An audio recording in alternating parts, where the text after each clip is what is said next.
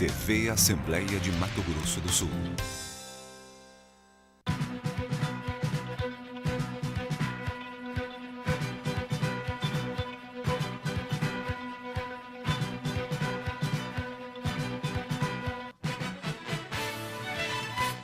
O programa de hoje é com o deputado Zé Teixeira.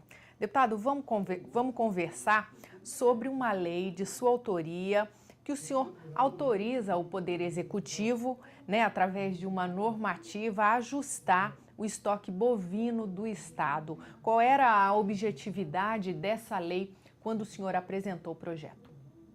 Ao nós lermos sobre estatística, e o IBGE é um instituto de muita credibilidade nacional, nós percebemos que o Estado de Mato Grosso do Sul ele tem um rebanho fictício. Fala-se em até 23 milhões de cabeças e, no entendimento do IBGE, o estoque chega no máximo 18 milhões de cabeças. Então, existe o estoque fictício que o Estado entende que tem e não tem. Então, com isso, há muitas injustiças. Com isso, há muitas pessoas que compram a vacina sem ter o rebanho, sem ter o animal, e destrói a vacina, mas não tem para manter com medo de ser autuado, pessoas mal informadas. Conversando com o governador, ele entendeu, como um homem muito prático, de que não deveria ter declaração em dois órgãos. Se nós não tiramos a nota fiscal na venda ou na aquisição de animais sem o atestado, então nós não teríamos necessidade de ter a declaração do produtor rural no estoque na Secretaria de Fazenda. Então, por uma resolução do governador, o estoque será ajustado, certo? Dentro da realidade, a hora que acabar essa declaração de animal na DAP pela Secretaria de Fazenda. E sim, nós tiramos o nosso extrato como produtor rural no final do ano do IAGRO, e o que estiver no IAGRO, nós vamos fazer o nosso imposto de renda, e aí não cria dúvida.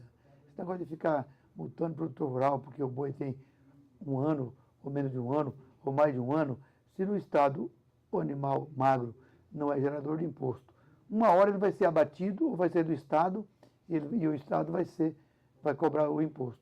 Então nós entendemos que a hora que fizer a declaração só no IAGRO, o rebanho será ajustado e terminará essas punições indevidas ao setor produtivo do rebanho bovino bubalino do Estado de Mato Grosso do Sul.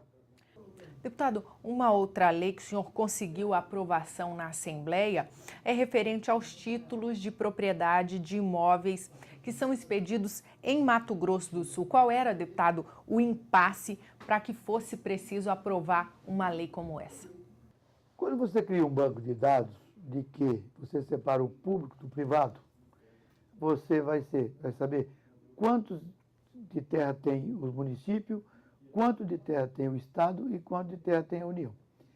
Quem que pode dar essa certidão atestando que o seu negócio, há 50, 60, 100 anos atrás, os títulos emitidos pelo Estado são bom, firme e valioso?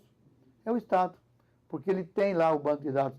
Quando Mato Grosso do Sul foi desmembrado de Mato Grosso, o banco de dados do sul do Estado do Mato Grosso do Sul veio para o governo de Mato Grosso do Sul. Então, ele pode atestar se o documento ele é válido, se ele foi tramitado legal, porque as terras de Mato Grosso do Sul elas não foram griladas por poceiros. Elas foram requeridas do Estado de Mato Grosso, na época em que para cá veio o desenvolvimento, e hoje existe essa disputa aí de criação de terras de quilombos, existe essa disputa de terras da comunidade indígena da etnia Guarani e Kaiowás, em dizer que aquilo que foi feito há 50, 60, 70 anos atrás nunca foi interrompido a posse, nunca houve a presença do índio após a Constituição de 1988. Então, nós achamos por bem de criar essa certidão para aqueles que tiverem interesse. Ele pega os documentos exigidos na lei, a cadeia dominial, e apresenta ao Estado e requer do Estado uma certidão de que seu título é legal, bom, firme e valioso.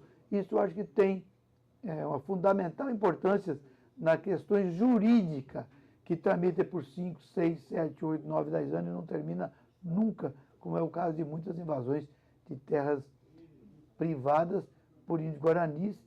Tenho a omissão do judiciário na minha visão, porque isso é o Ministério Público Federal que coloca, e você percebe em muitos momentos que as pessoas que são constituídas, que fazem concurso público, para ser o guardião da lei, você percebe claramente, de vez em quando, que tem posições tendenciosas.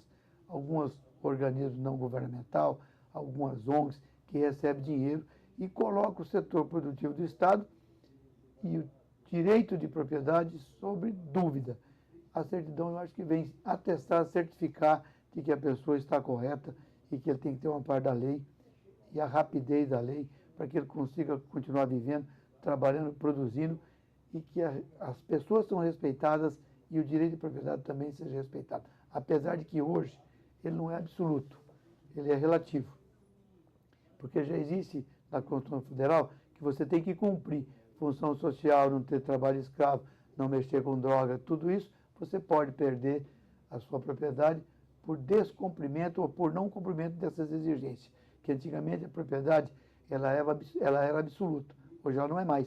Ela é relativa, que você tem que cumprir esses quesitos. Se você não tem propriedade, você não produz, e ainda tem um índice que você é obrigado a produzir. Chova ou faça sol, você é obrigado a produzir. Então, se você não produz, a sua terra já é passível de ser desapropriada para a reforma agrária. Além dessas invasões indígenas, dessas leis absurdas de criação de quilombos e de passar terra privada para a comunidade, como é o caso da Picadinha. Foi tramitado lá um inventário, o seu Desidério era legítimo dono, houve a partilha há 80 anos atrás e hoje quer desfazer essa tramitação legal, esse inventário, essa partilha e criar quilombo por ideologia extremamente política, porque ainda existe remanescente do seu Desidério, herdeiro do seu patrimônio, lá na Picadinha como morador. Se existe herdeiro, existiu o título, como que existiu o quilombo? Existiu uma propriedade líquida e certa que o negro requereu e foi dono, faleceu, dividiu com seus filhos como qualquer outra cor. Então fica misturando cor nessa história de lei, isso é muito ruim, até para os negros. Acho que eles deveriam ser respeitados como os índios. Então, se o governo quer aumentar terra para negro, muda a Constituição, coloca uma rubrica, compra e distribua. Não querer tomar o que é do outro, líquido e certo, desrespeitando o direito de propriedade.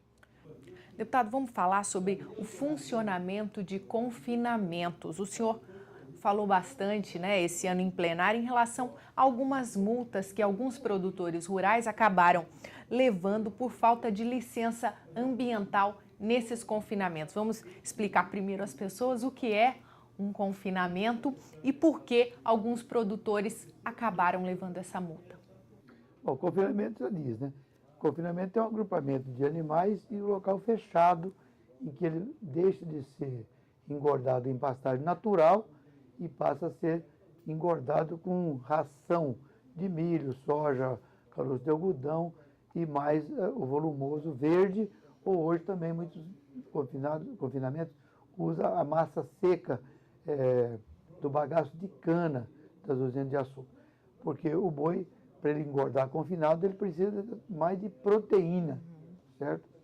E o volumoso, o bagaço de cana, é apenas para que ele movimente o rumen, para que ele absorva as proteínas para ele engordar. Então, quando você fala em confinamento, você fala um agrupamento de animais em local fechado. E quanto às arbitrariedade cometida pelos policiais florestais, é que tem uma resolução do CONAMA, que no artigo 137, se não me falha a memória, diz que tem que ter licença para setor para agricultura, criação de animais e assentamentos rurais. Tem que ter licença. Bom, então, Na resolução CONAMA não existe que é obrigado a ter licença para confinar. Eu acho até que a licença tem aqui em Campo Grande, tem um confinamento para milhares de cabeças de animais. Então, o dejeto não pode ser jogado nos córregos, tem que ter tanque de decantação, tem que ter várias exigências. Agora, um confinamento de 200, 300, 400, 500 cabeças, isso não existe necessidade e nem motivo dessa exigência, porque o esterco do animal, ele não vai afetar o lençol freático e muito menos, coisa de 500 animais, vai agredir nascente de água, desde que a pessoa, o confinador, não coloque o confinamento na beira do córrego. Isso ele deve realmente evitar.